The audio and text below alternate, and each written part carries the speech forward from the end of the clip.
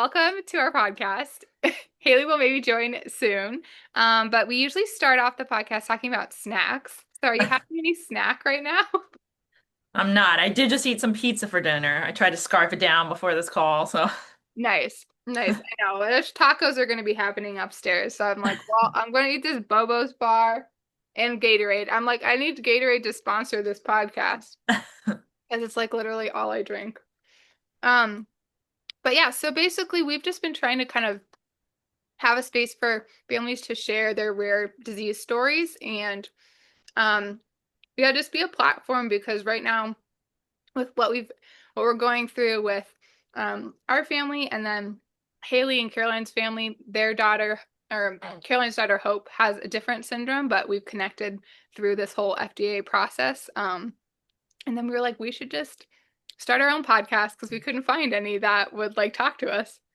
So, so yeah, so tell us about your child and about um how old they are, what their interests are. Yeah, give us a little bit of information about your child.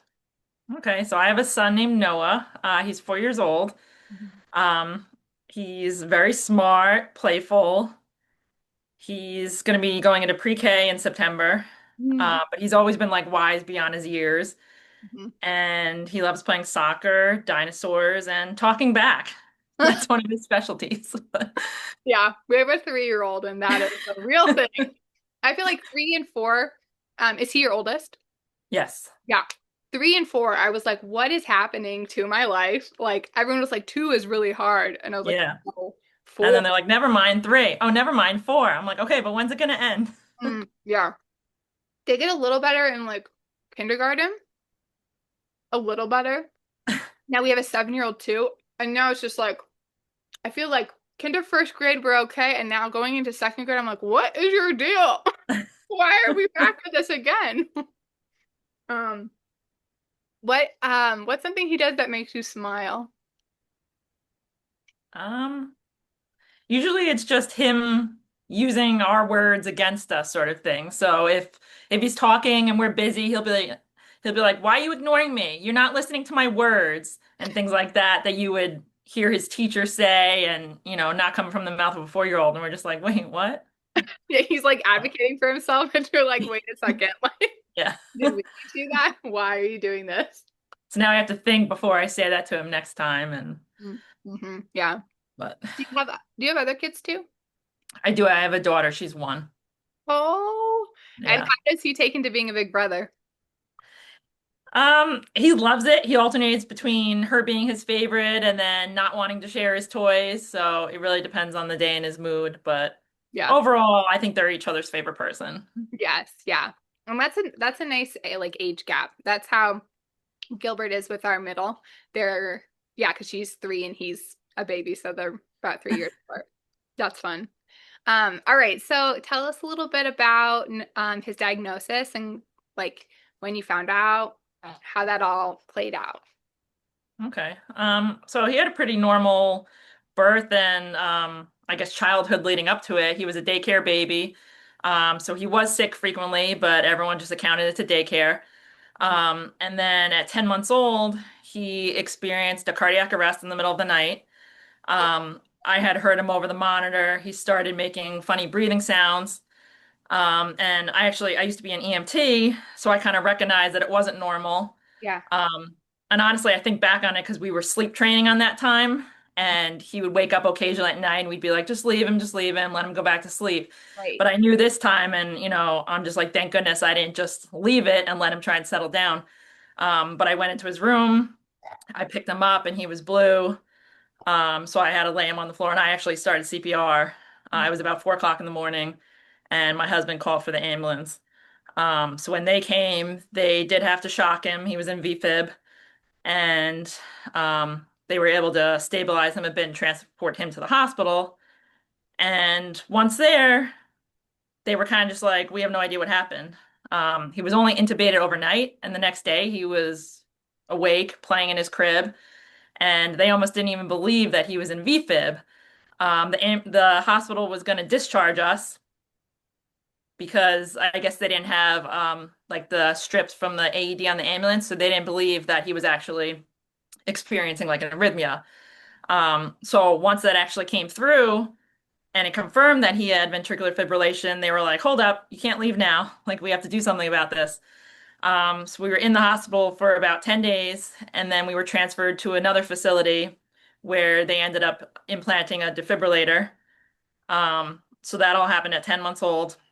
They did some generalized cardiac genetic testing, but it didn't come back with any answers. So after that, we were kind of just sent home, and they kind of just chalked it up to being like myocarditis from a viral infection, and that was it. So we kind of just went about, our life. He went back to daycare eventually. We were being more cautious because now he had a ICD in his chest and he was still little. Um, but we weren't really thinking much of it otherwise because we still didn't have answers. And then at 18 months old, right after the holidays for Christmas, he ended up getting pneumonia. So we had taken him to urgent care and they couldn't get his respirations to decrease. He was breathing too fast. So they actually told us we need to go to the hospital. And we thought they were kind of being over the top at that point. We're like, his oxygen was good. We were kind of confused because they were like, you can't drive there yourself either. Like, you need to go in the ambulance. So I was like, okay. But then once we got to the hospital, he declined rapidly. He went into respiratory distress and he had like another 3 cardiac arrests over the course of like 6 hours. So 4 cardiac arrests he's had before the age of 2. And that time it was a lot worse. He was intubated for about a week. And since he was only 18 months old, he had to relearn how to like walk and talk and eat, all things that he had just learned to do, a couple months prior. So it was really difficult. But after that, we were kind of like, listen, this wasn't just another virus. We need answers. Like, there's got to be more genetic testing you could do. And they were like, oh, actually there is. So they did whole exome sequencing. Yeah, I was gonna say, did they do his whole genome then? Because Yeah. they need to. Yeah. Okay. Yep. And they were like, are you prepared to get the answers no matter what they are? You might not like them. And I'm just like, we need answers. So yes, like I need to do it. And it did take a couple months. So it wasn't until June 2023, about 6 months from his cardiac arrest, that we finally got a diagnosis, and it was PPA2 deficiency. It actually is written on the paperwork, PPA2 sudden cardiac failure, which is a really scary thing to get in your email. I got in my inbox at about like 5 p.m. on a Thursday night, and I'm Gosh. like frantically calling the doctor's office, like, what does this mean? And they all went home for the day and whatnot. So unfortunately, I went to Dr. Google, which is Yeah. not the thing you do. Um, but it was a terrifying diagnosis to receive. Um, and even when we did get in touch with our doctors the next day, they all kind of coordinated with each other. So when I finally talked to one, he was like, "Oh, we've already all talked, and we're confident that this is the reason that he's having these cardiac arrests, but also we don't know much about it." Um, so unfortunately, we've all had to kind of learn together. Um, in current literature, they only report about, I think it's up to like 65 known cases. And this is only what's recorded in literature, so obviously there could be more. Um, but they were only citing about 10 individuals as being alive um, in the last articles, which we're slowly finding out isn't the case as we're connecting with more people. Yeah. Um, but Wow. That's very ultra rare. You are definitely in the ultra rare company for sure. yeah, Um, not a club I want to be a part of, but good company, good right? company. Exactly. Yeah. It's not one you necessarily choose to be a Yeah. part of, but then you are. Um, okay, I have a couple questions. So when with his defibrillator, so that was when he was 10 months and he had that put in. So is that like that's a surgery? Yeah. Okay. So what is that process like? Like how do they, yeah, can you tell me a little bit about that? Because and then how did he still have additional cardiac arrests even with having that when he was 18 months? Yeah, so the surgery, I mean, we weren't allowed to be in the room or anything, but so they did a cardiac MRI first. prior to implanting it just to check his heart after the first arrest. And they saw there was some inflammation and whatnot. I guess they wanted to check to see, if there was any deformities or something that could have been the cause. They didn't see anything. It was just some inflammation, which is then what they thought was due to the virus. Because he did end up having like rhinoenterovirus or something at the time. Yeah. But honestly, he's a kid. He always has something going on. Like, Yeah. um, but then, yeah, so they had it implanted, and because he's little, he actually has a scar in his abdomen, which is where the actual, it is a pacemaker defibrillator combo. So that's in his abdomen. And then he has down his chest, they had to attach the leads. So most people, when they're older, they get a tiny one that's kind of just like up by the shoulders, but he did have to have two incisions. Um, so it was a little bit tough recovery, Yeah. for him afterwards, but kids are resilient, and he did pretty well. Um, and the scars look great now. But with him being so little too, there is like a bulge in his abdomen. And he's kind of like, "What's this?" And he knows like you can't play with things or be think like near magnets and whatnot. And some toys actually have magnets in them, so they've made his stomach beep. And even as a 4-year-old, he'll hear like the microwave go off, and he'll be like, "Is that my belly?" And I'm like, "No, no, that's not your belly." But he gets so cautious, and my hope is just that he's not self-conscious about it as he grows up or anything like that. Um, but yeah, so he had that, and then it was the duo, like I said, so it was a pacemaker and a defibrillator. But initially they were only set on the defibrillator portion because his first arrest was ventricular fibrillation. So the pacemaker part was set to, I think, about like 40 beats per minute, which kids' resting heart rate is usually a little bit higher. So they thought it wouldn't touch it at all. But then a second set of arrests were bradycardic arrests. So he had a decrease in heart rate. So they were in the hospital setting. So luckily, when they saw it start to drop, they kind of started CPR right away. Um, but yeah, the pacemaker didn't kick on until the 40 beats per minute. But I think in general, it's there as like an insurance policy. Like it can protect the heart to an extent, but like it's not a fix all. Like if his heart fails, it's not doing anything for it. Um, so Oh my gosh, I that's don't know. scary. So when you got the diagnosis, because yeah, I mean it took a while. Like how, like Yeah. what did you feel? Like what were the like your initial, um, your kind of initial reaction or like the initial feelings you had when you finally found out? Yeah, I mean, there was definitely fear. It took a while for us to be able to even like tell our families what it was, because I mean, one, we didn't know much about it. And like I said, neither did the doctors. So we were all kind of just Googling the same research articles. And I mean, these things are written in scientific language. Like they're difficult to understand. So like, how can I describe something to family members if I don't even know what I'm talking about?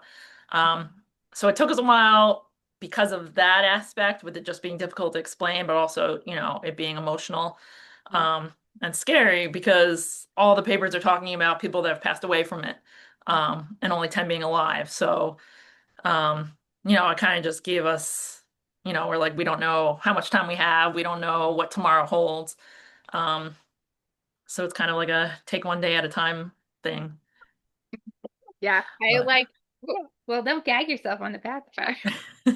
Um, no, I like hearing you say that, like I totally feel that like on such a deep level because that's like really how I felt too initially. I mean, eventually I felt a little bit of relief because we just didn't know what was going on with him.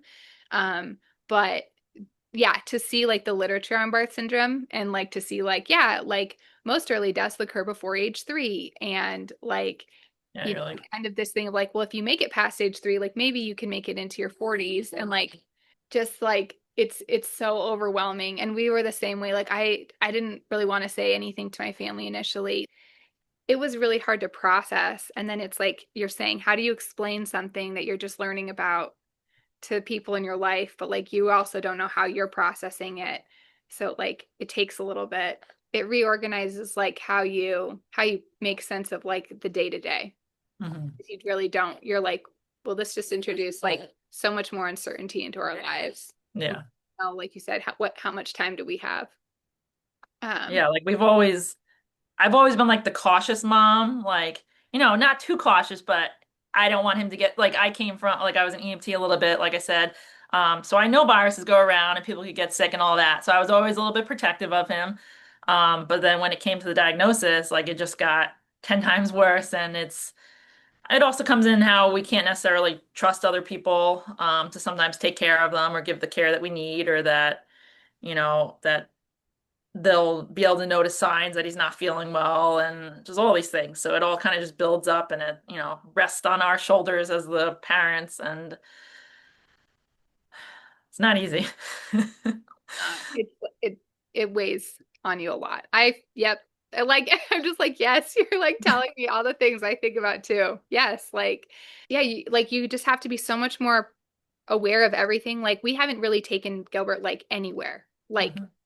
I was like thinking about taking him to Target today, and our oldest was like, "But mommy, he has a heart problem. You said he can't go to Target," because like that's what I've said all summer. Like we're not going to Target. We'll just do a pickup or a delivery or whatever. Like, it's like I don't.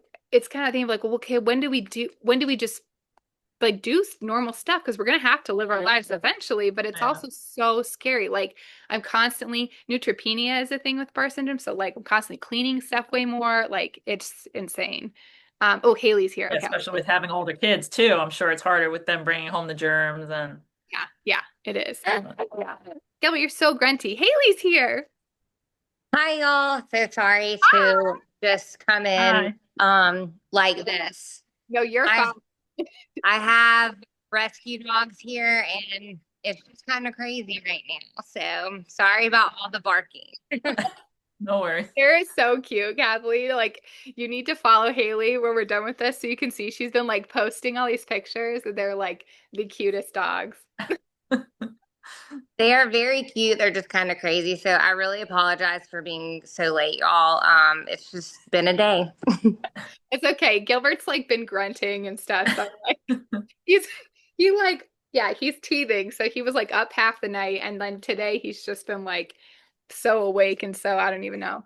But well, okay, we'll catch you up to speed, Haley. So we talked about Noah's diagnosis. It's called PPA2. And Kathleen was just telling kind of the story of like how his diagnosis came to be. And then we were talking now about like how she felt when she got the diagnosis. And we were just talking about like that feeling of like not wanting to tell people at first just because like you're processing it yourself. And then now we were talking too about like when just like day-to-day stuff, like how hard it is not knowing like if you can trust other people to watch your kid, and like just Yeah. all the like tricky stuff. Do you? No, that's a big thing, with hope too. I mean, I think I can't speak for Caroline, but I know that that's been, just something hard because, you have these babies that have, you know, some very serious health, needs. And if somebody doesn't know how to care for them properly or what to do, with Hope's heart condition, that's like a big thing of, is she, if something's wrong with her heart and it goes out of rhythm, what are the things to do?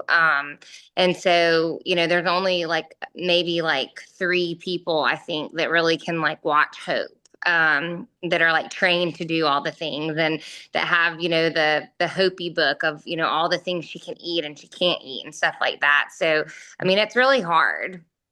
Mhm. Yeah. Do you want to tell Kathleen a little bit about MLS syndrome? As I Yeah, didn't know sure. it before either. Yeah, so MLS syndrome is a mitochondrial disorder, and it's very rare. It's lethal in males, and Hope, from what we've read and know, she's one of maybe 100 cases in the world. And so, she has two heart conditions. She was born without the corpus callosum, the middle part of her brain. Um, she's blind and deaf, and it was very hard at first kind of navigating for Caroline, how to do this. And thankfully we have really great doctors here in Atlanta. She's gone to CHOP first and has received great care as well. But yeah, Hope is just a rare unicorn.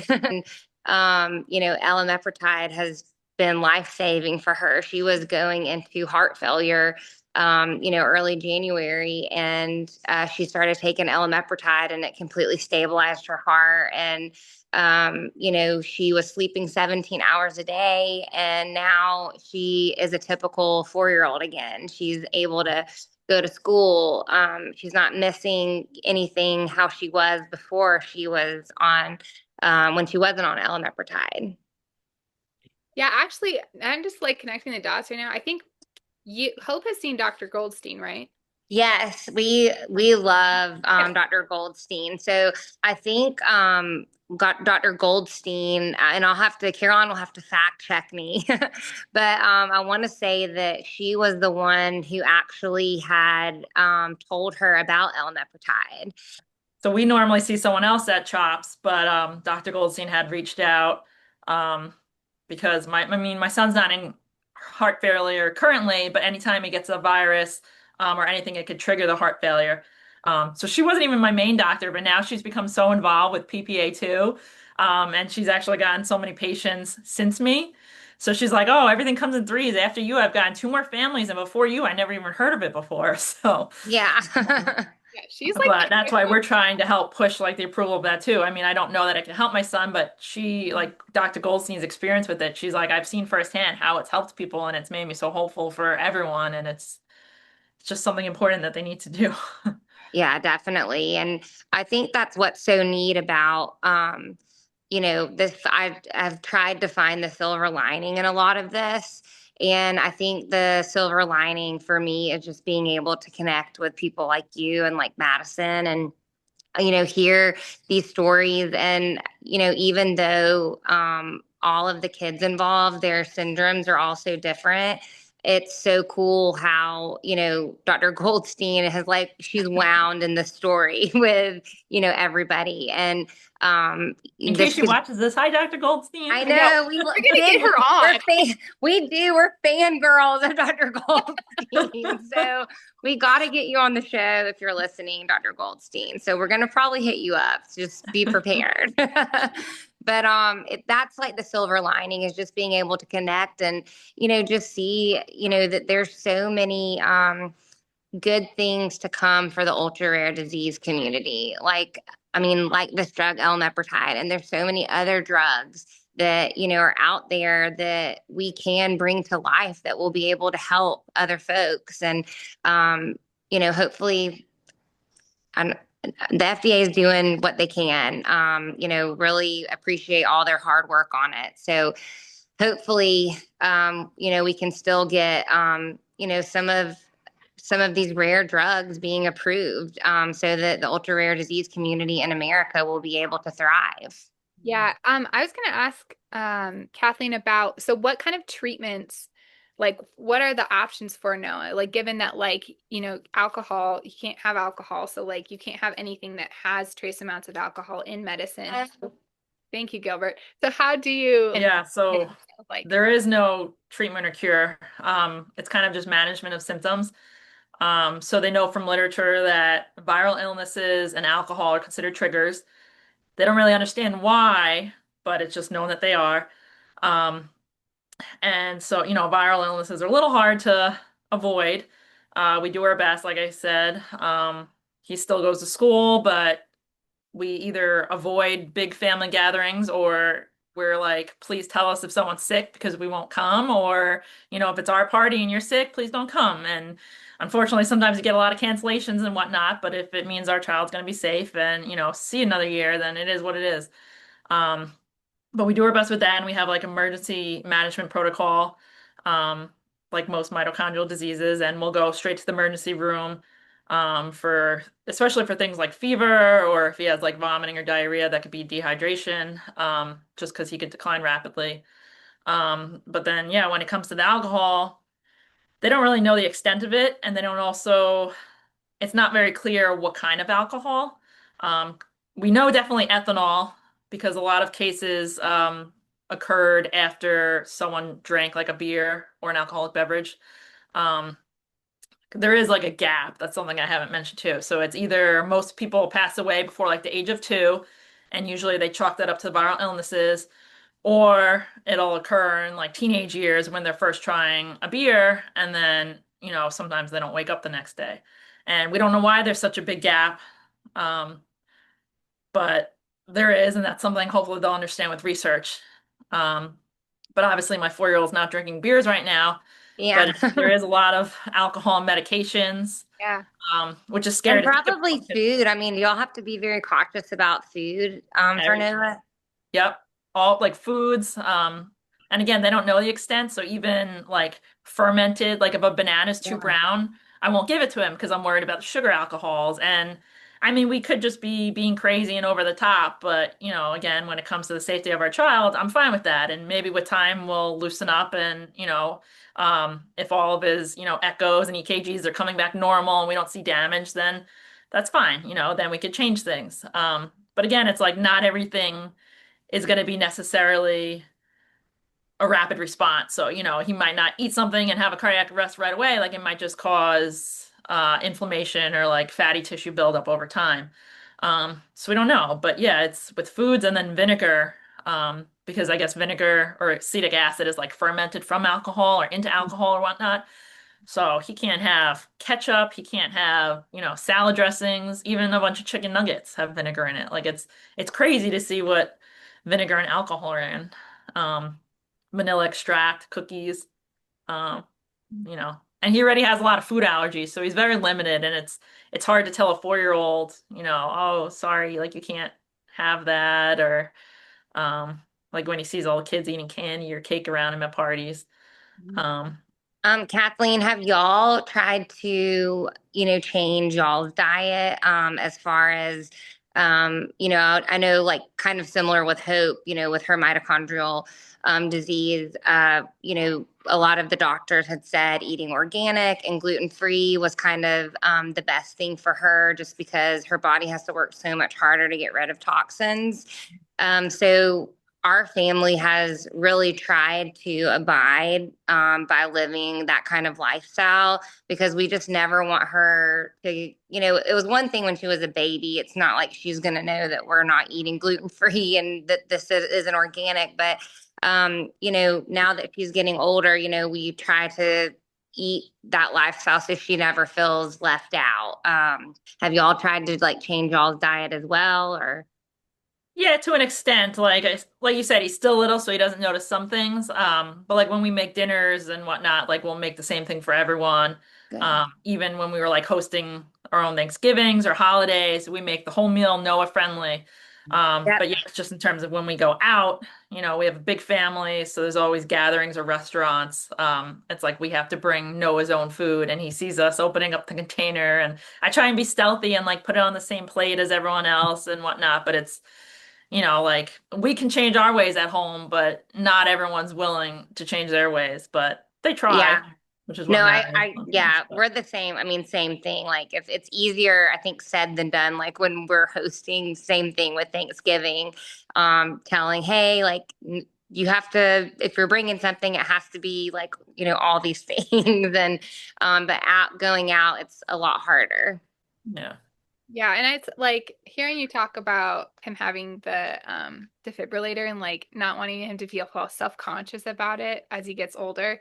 Like I totally get that too because as I'm like getting more and more educated about different rare diseases and ultra rare diseases, like there's a lot that like you can't really tell from the outside. You wouldn't really like unless someone told you their whole life story, you wouldn't think that like anything's going on. yeah, And, so it's really hard. Like I've definitely heard from a lot of like the older kids, like heard some of their stories and like the thing that's like really heartbreaking is hearing, like the ones who are like preteens or teenagers talking about like, yeah, I just can't like keep up with my friends and like it just like that self-awareness is hard. And then you talking too about that you kind of have to have different parameters for gatherings and stuff. We're the same way. We're like COVID rules. Like if you're yeah, like if you're gonna Yeah. you got to wear a mask right now, So It's like you have to always be on being like an advocate mom and 24/7, to make sure that, the same thing with Hope. If somebody's sick, it's like, okay, you can't be around her at all. It's so much harder for her to, fight off sicknesses. So like, hey, like if you're sick, don't come to our house. Like if your kid is sick, like please don't come to the party because it's just gonna, spread. And you'd think we'd learn all that during COVID times, but I think we still don't have that, that knowledge and power to say no because we so badly want to just, I guess, hang out. Like when we first got out of the hospital, I was like, I don't want to talk to anyone who's not involved in the rare disease community. Like I was like, nobody understands what I'm going through. But like as, time goes on, I would imagine you kind of have to like get back to like, all right, like Noah he's got to go back to school. The thing is, though, I feel like no one's gonna ever understand except for other rare parents, like my mom's pretty good with learning. Like she researches all the foods. Like I trust Noah to go to her house. She will read all the labels, buy food specifically for him. But can she describe what PPA2 is? Probably not. Like, would she know what to say at the hospital for him? Probably not. Yeah. But I still can't talk about everything with her regarding to like she doesn't understand it to the extent of you guys. Like the other PPA2 parents that I've met, like we're messaging every day and they're from all over the world. Like, I'm waking up in the middle of the night just to check my phone or check Noah's monitor, like his heart rate, oxygen, whatever. And then I'm like, oh, it's 3 o'clock in the morning, but my friend in Australia is awake and like we're messaging about PPA2 or just, seeing how people are. But it's like no one ever understands. And I know all rare diseases are different. We're all going through different things where we don't exactly understand, but we do Yeah. more than others will, I guess. But Yeah, I think it can be very isolating when you get the diagnosis in the rare disease community. Because it is so rare, it's not like you're just finding all these people, that have the same experience that you do. So again, like it kind of goes back to the silver lining and all of this is being able to connect with other people and it's making your group a little bigger where you can lean on, everyone kind of becoming friends and leaning on each other and people actually being able to understand truly what you're going through. Like I know that, I mean, Caroline and I have so enjoyed, getting to know Madison and like I text her basically every day now. And Kathleen, you're probably about to join the club, so just be ready. I'll be up But at 3 a.m. responding back. So yes. Get bigger. Okay, it's gonna kick us off in a minute, so I'm gonna send you all a new link because we still have a little more I want to get to, Kathleen, and talk like about where you all are in terms of research and stuff. Yeah. So, okay. Enough of them. We're back. We have 2 dogs, 2 puppies, and a breastfeeding baby. I know. Golly. Okay. So yes, I want to know about because you said, like you've connected with some families that are like all over the world, right? yeah. So and did you start Heart of PPA2? Um, Together with the other families I did. So when we first received our diagnosis, there like wasn't much on the internet. But then on Facebook, I found that there was a Facebook group and it had maybe like 20 members at the time. And it was started by a woman in Australia.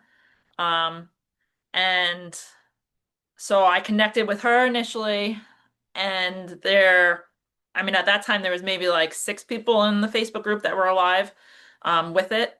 And these were people that were not the 10 that were like initially recorded in literature either. So like we knew the numbers were a little bit higher.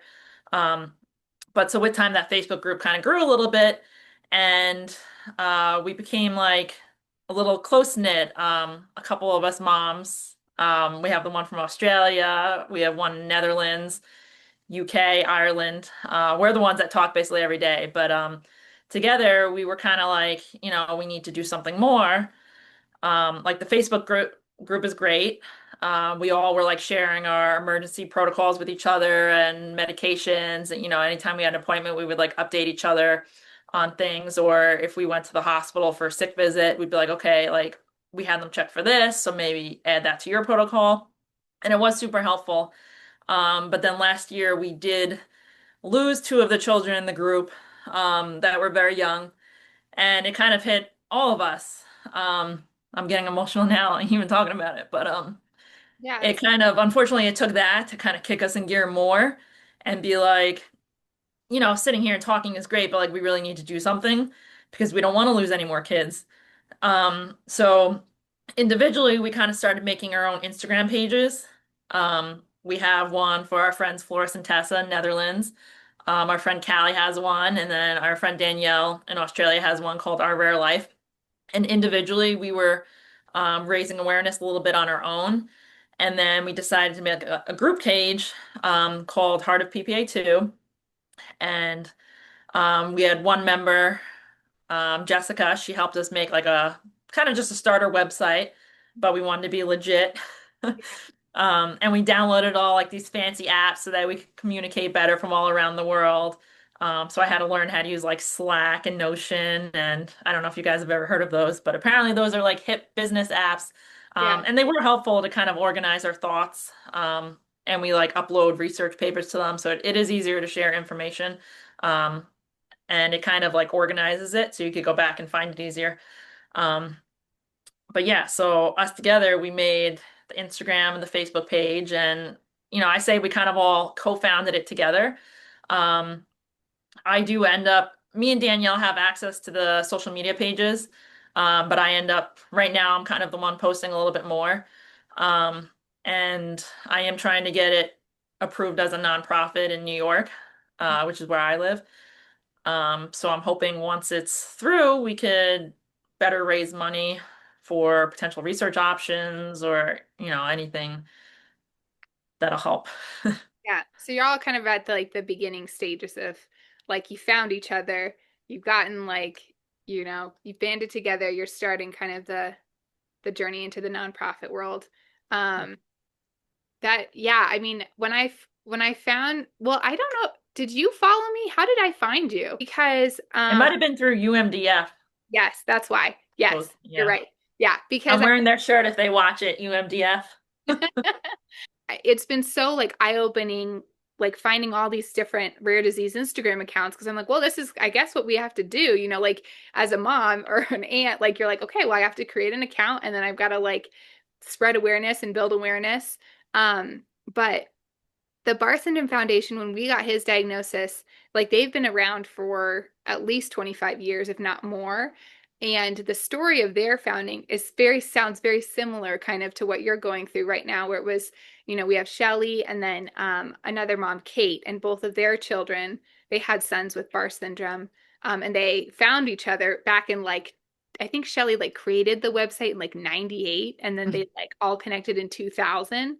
And so it was like, and That that was back when there was like dial-up, right? right? It was like the early days. Yeah, the early days, the Yeah, Y2K, right? yeah. I watched this like a Today Show interview, and Kate McCurdy was talking about how her son actually, who had Barth syndrome, he Googled it or like, looked it up. And this was like, yeah, back in like the very early 2000s. And I guess like the emails of Shelly and somebody else came up when he Googled it. And so that's how they all found each other.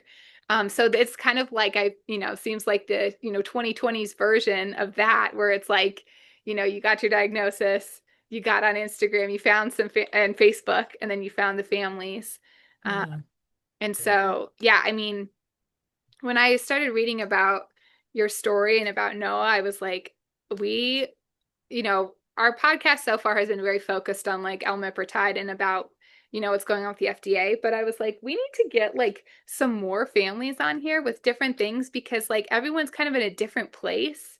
And like the beginning stage is sounds very intense, because you're trying to like number one, find each other, and like number two, like start you're starting it all from scratch, Mhm. while also trying to manage the fact that your kid has an incredibly rare disease and trying to be a parent with like of a rare disease child.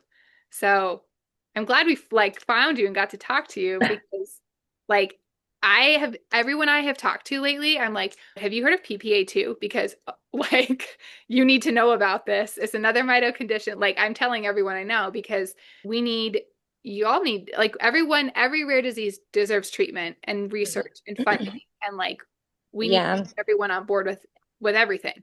Yeah, and Madison's done a really great job educating me as well, because I mean, I didn't even know that there was, like a ultra rare disease day where, we go and like lobby on the Hill. And it's where all like, rare disease, comes together, families, patients. And so I think that this whole, L-meprotide journey has made, me, Caroline, Madison, I know we've had discussions, but like we want to be able to join in and advocate for other rare disease as well and help other families and other patients, not just in the, L-meprotide world, but other things, other diagnoses.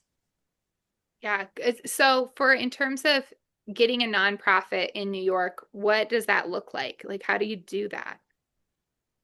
So I'm actually, that's one of the few tasks I gave my husband because I feel like, I'm managing a lot of the other things. And he's an accountant too, so he understands a little bit of like the IRS stuff and whatnot. But we do have a lawyer helping with the application. So we had to fill out something for New York State and IRS. And, I'm mostly just doing signatures, but apparently it takes a long time to get approved. We had to make like a mission statement.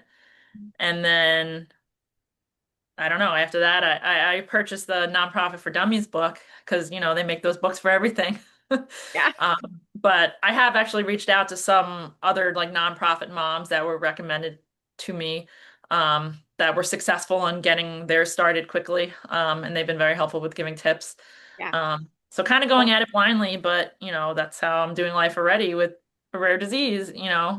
Well, we got a nonprofit aunt on here. Yeah, I was gonna say, Kathleen, Caroline and I, like we can talk offline, but we will definitely be happy to help you. We started our own nonprofit inspired by Hope called Hope for Hall here in Georgia. And there are some things you have to do government wise. They love paperwork and all those things, but we are an approved 501(c)(3) nonprofit.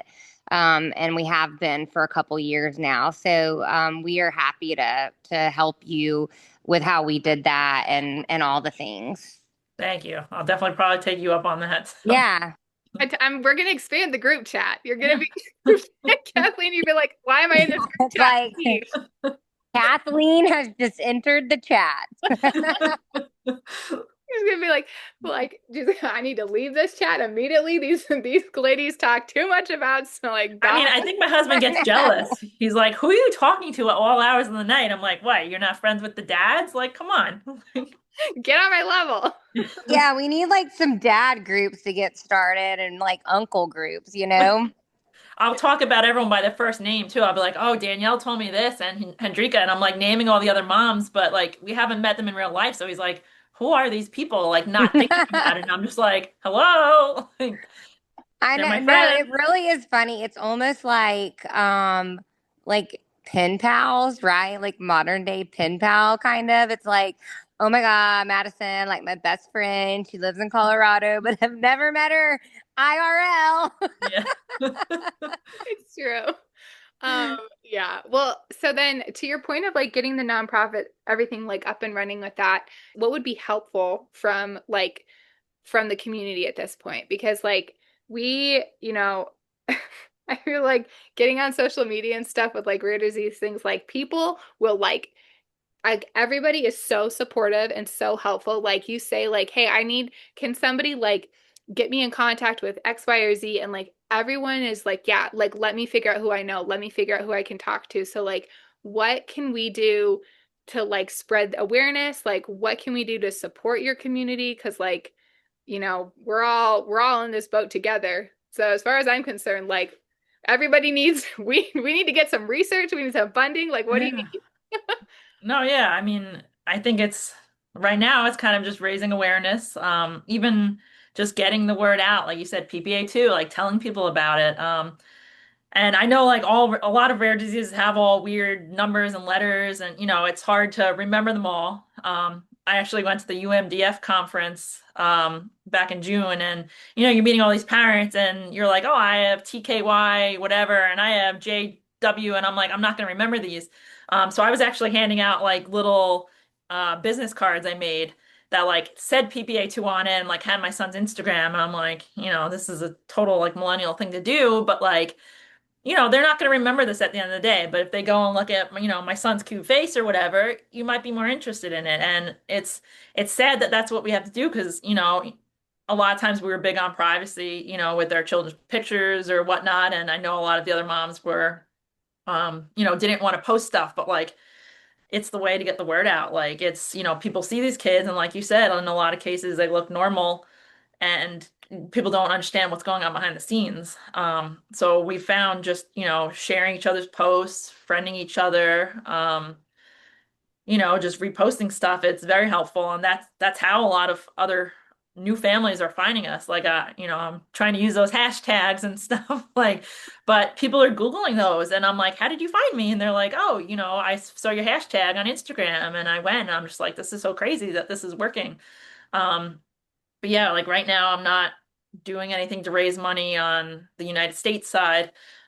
We have Floris and Tessa's family in the Netherlands. They have a nonprofit set up because we do have researchers over there they just started in July, working on a gene editing, that they're going to try and do. So they're trying to fix the mutation, um, that Floris and Tessa have. It's unfortunately not one that Noah has, but I'm hoping that'll be second. Because I think, they'll have to individually fix every mutation, but hopefully once they figure out a method, it'll be easy to just go through the rest. Um, but so we're very hopeful about that. They do have their first year funded, but it's kind of considered a high risk study because not much is known about it. Yeah. So they have to do the first year, and then if that goes through and it gets approved, then we need to raise an additional 350,000 euros, I believe it is, to fund the 4 additional years. Um, so we're kind of just helping promote on that side, but I know it is a lot of our friends in the States they don't want to put money in other currencies or send money over there, which I get. Um, and I mean, honestly, at the end of the day, I don't know how it works. Like if a treatment's developed in another country, will my American kid have access to it? Will insurance cover it, or do I have to like go over there quietly? Will they even give it to me? Like, I don't know. It's the unknowns. Um, but I'm hopeful, and I know our friends in the Netherlands are doing everything they can to make sure all of our children get access to it. Um, so it's kind of just, yeah, I'm kind of just promoting them for now. And then once my nonprofit goes through over here, I'm hoping to get all like the PPA2 families in the US on board and we can fundraise together. And then it'll kind of be easier to transfer money around that way, like to the Netherlands or wherever else we get something started. Yeah, nice. But So when you have a nonprofit, yeah, because you can both speak to this because I don't know, but like that you can then do fundraising and then people donate to the nonprofit and that makes it easier to like yeah, outsourcing. Okay. yeah, I It think so. And it I think makes they'll it feel more comfortable with it than just, I'm just doing this website that's in Dutch that I don't understand and giving my money to people I've never met. So I think it helps in that retrospect too. Yeah, I think too, just from tax purposes too, it's like, people when they give, they can file that on their taxes if you have the 501(c)(3) nonprofit as well, which, that's always really helpful for, certain companies and things like that. So there's a lot of things that go into, why it's good getting that 501(c)(3) nonprofit status. Mhm. Cool. Okay. Well, that's really good to know. And it's exciting hearing about that they are like already doing some gene editing, like or gene Yeah, they're ideas. trying, which I mean, we've seen the news a lot. Like it is something that's becoming on the up and up. They just had like that baby at Chops. Yes. And they're all different methods though, but I know for us, they think the gene editing itself is going to be easy, but the hard part they think is going to be figuring out how to transport it to the heart. Because I think that baby at Chops was the liver, and I think those diseases are sometimes, I guess, easier to fix or, easier to fix. But I know the heart, the thing is going to be a little bit more complicated. But even in that, like there's unknowns, like it's a mitochondrial disease too, PPA2. So your mitochondria are all over the body. So while the heart's the biggest concern, it could still affect you elsewhere. So I know we're keeping our options open. I have spoken to a couple of researchers in the US that said they have ideas on treatments. So we've been in talks about potentially funding them also, but I know it's just a matter of raising the money as well, and everything's a lot of money. Um, but it's just, I mean, I'm like a little over a year and a half maybe into this diagnosis, and just the way it's grown. Um, from no one knowing about it. And then, like I said, I went to that PPA2, I went to the UMDF conference, and my goal was just to be like PPA2, PPA2. Um, and I ended up finding there was like a couple of researchers there that are working on stuff for PPA2 that I didn't know about. So I think it's slowly getting talked about and it's getting out there. And, that's all we can do at this point, just keep pushing.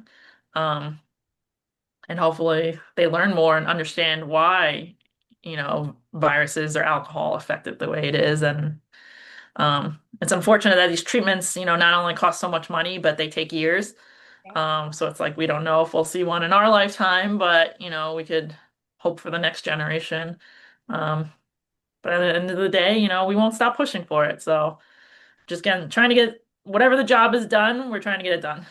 Yeah, yeah, totally. I know. It's like I, yep, that's like the life of a rare disease family member, rare disease parent, rare disease aunt. Like sometimes people will say to me, like, you're doing so much and I'm like, yeah, because like this is my child's life. Of course. Like, of course I'm going to do everything possible in my power to make sure that like he has the best chance of growing up, period. To have to put yourself out there and go to the conference and give people the business cards and stuff. But then I was like, wait a minute, of course she's going to do that because she's going to do whatever she needs to for I no. mean, and I'm very awkward. Like I'm shy. I'm a New Yorker, so I probably have that resting bee face half the time, and it's just because I am shy and I get like if I have to do public speaking, I get so nervous about it too. So like just to do those little things like and try and put myself out there. I mean, I got nervous for your podcast too, but I'm fine now because like you said, you guys are very chill and just, easy to talk to, but it's like I have to put myself in these uncomfortable positions because who else is going to? No one. Um, so Yeah, and it's kind of like nobody wrote the playbook for, okay, your kid has been diagnosed with an ultra rare disease. Here is the playbook for how to make sure that they grow up, period, and how to get drugs approved that we know will help them, things like that. It's like we're just kind of trying to figure it out as we go. yeah. And I mean, there really is no playbook. Like, I think we're all just doing the best we can and just being like, oh, we're going to do this. We're going to be vulnerable. We're going to put ourselves out there and let's go. Mhm. Yeah, because it's like, well, there's no other option. And in like the first episode we did of this, we were talking like me and Caroline basically just told the stories of like our diagnosis and stuff with our kids. And Caroline was like, I didn't think like I was gonna spend my maternity leave like taking on the FDA. I know. Literally, she's like, this, she's like, all my maternity leaves, with Hope, like it was just, crazy. We were in the hospital, all this stuff. She's like, so this maternity leave, I was so excited. Like I had these shows I was gonna watch, all this stuff. And it was like, just kidding. We're Okay. take on the FDA just to get, this Elamipretide approved. And so then I was like, this is why they need to have a fourth kid. I know. It's just like the stuff we do in our like time. Yeah, well, and I wonder too, like to your point about like the fact that it's a mitochondrial disease, like it would be so exciting if we could get elmepretide over the finish line so that we could continue doing research into like more mitochondrial medicines. And when our cardiologist Mhm. gave us Gilbert's diagnosis, she was like, honestly, like in his lifetime though, like the advances that we've made in 20 years, like think about that 20 years forward. And so I was like, that's encouraging, because it is scary. Like the prognosis that you get and the literature that there is on your child's disease is pretty grim. But then Mhm. you're like, okay, but we're moving forward with technology. And so, maybe we have a better chance of seeing longer days ahead versus, what it might have been even 5, 10, 15 years ago. Before genetic testing, we didn't know. And now we Yeah. have all these options available to us. So Yeah. I mean, I think it's slowly getting there, but I think they're still hesitant with genetic screening. I mean, it took my son 4 cardiac arrests before they did the whole exome, and even then, it was a fight with the insurance company who's trying to bill us $30,000, $40,000 for it. And I'm like, what do you mean it's not medically necessary?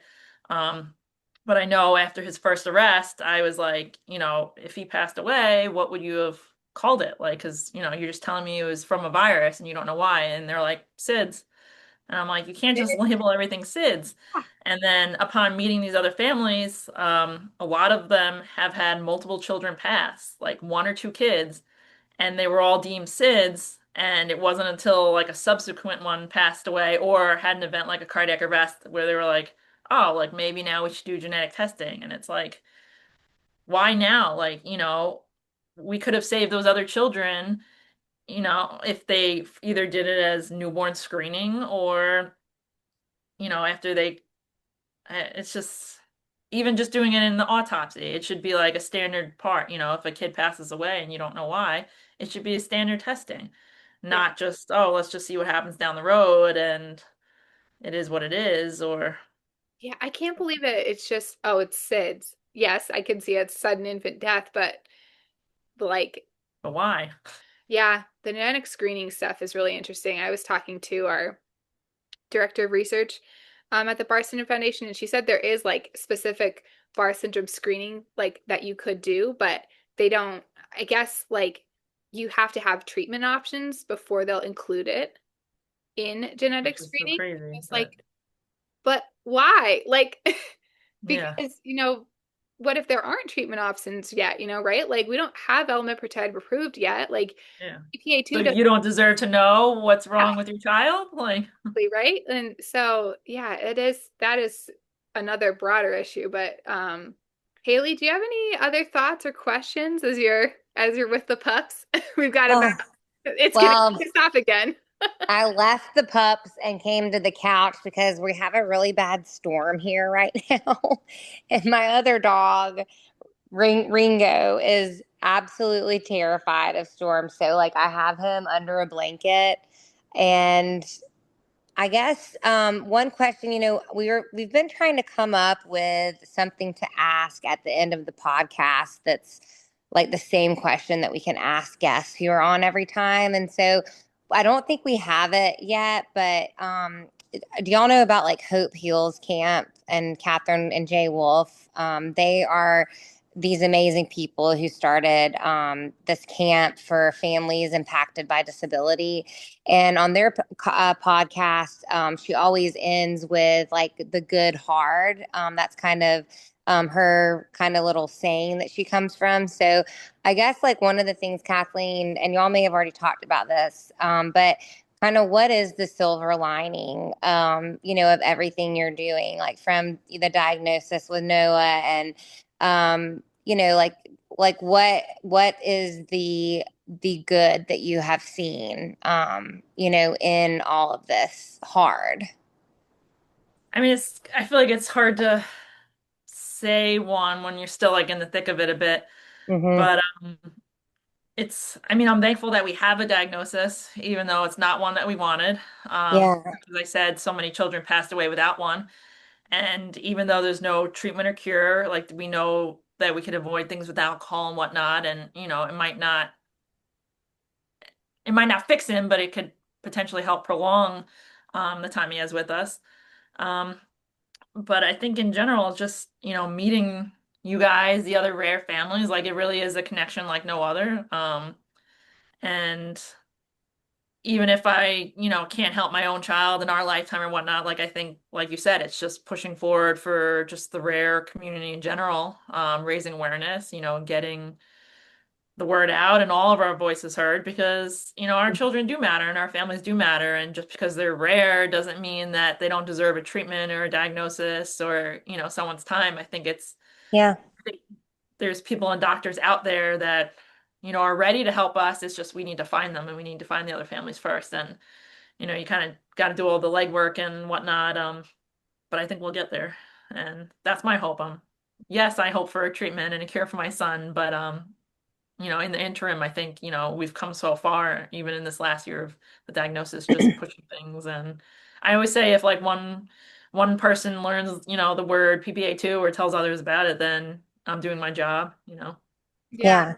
Yeah, we got to do this work now because I don't want so that the next generation of moms, right, who has kids, like they don't have to go through all of this in the same way, right? Like that there's already a PPA2 like Heart of PPA2 Foundation for the next kid that's diagnosed, and like you were the one with your with Danielle and the other families you found, like you all started that. And so 20 years from now, a family, maybe they're screening and then, they go to the genetic screening, they get that, they get a pamphlet or, whatever, it gets blasted into your brain with your Meta Ray-Ban whatevers. And they're like, it's already there for Yeah. everybody. And so it doesn't have to be this, we've got to fight, we've got to like, you know, constantly be fighting to be heard, but that we did that work for the future families so that it's not as much. And Yeah. that's why I keep saying too with like the Barson Foundation, like people will say like thank you for helping with the advocacy. I'm like, I have to because you all have done so much beforehand. Like we got a diagnosis in the hospital and there was already a really well-oiled foundation available and tons of resources. Like that's what every rare disease family should have to be able to like have a community that you can go to right away. So Mhm. you're doing it now, Kathleen. You are that person. Trying. Yeah, you really are. A lot of people are going to know PPA2 now because this is the number one podcast on Spotify about ultra rare diseases. And we can fact check that. So that is fact checked and 100% true. Well, I Yeah. appreciate you having me on. So, Yeah. Well, we appreciate you coming to talk to us and we'll be I made a little website for like Gilbert, but we'll definitely have all the links to all of your things on there so that people can go and check out Heart of PPA2 and see where you're at. Like once we get that nonprofit designation, then you just let us Yes. know. And we will help you too, Kathleen. So let's definitely talk outside of the podcast. And Caroline and I are happy to kind of walk you through how we got Hope for Hall started okay. and we'll definitely give you all the good tidbits to get that across the finish line. Thank you. Thank you. Yeah. And for everyone listening, the Instagram handle is like the cutest thing ever. It's get underscore to underscore Noah, NOAH I underscore. love that. Yeah, like at first I was like, what does that mean? I was like, oh, get to know me. Like, that's so clever. Yeah, my 4-year-old came up with that. No. That's Oh. awesome. I love it. Oh yeah, okay, before we go, we have 3 minutes. Okay, Haley, when is Hope's birthday? Is it in November? Hope's birthday is November 6th.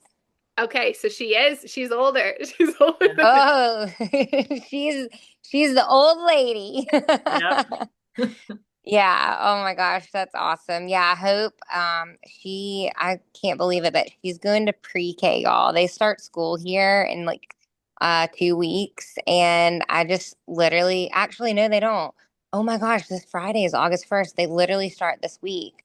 Oh, wow. But her pre-K, she has her first open house tomorrow, and we're so excited. I'm just like, stop growing. gosh. Yeah, when But does also keep growing. Yes, I'm like, I keep know. growing. I want you to keep growing, but also like, oh my gosh, I can't believe it. Does, you said does Noah start in a couple weeks or is he already Yeah, he starts in September. nice? So.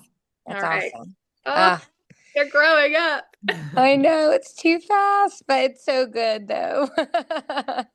Awesome. Well, Kathleen, thank you again for talking to us and we will Kathleen, be thank you so much. Thank you for coming on and conversation. your Yeah, company. We appreciate it. yeah. Conversation doesn't stop here. We will be messaging you. Yeah, I want to be in that group chat. So, Listen, you're entering the chat tonight. All right. Well, it's so but nice to talk yes, to thank you. you again for having me, and I appreciate it. So, Yeah. All right. We'll have this up probably, I don't know, tomorrow.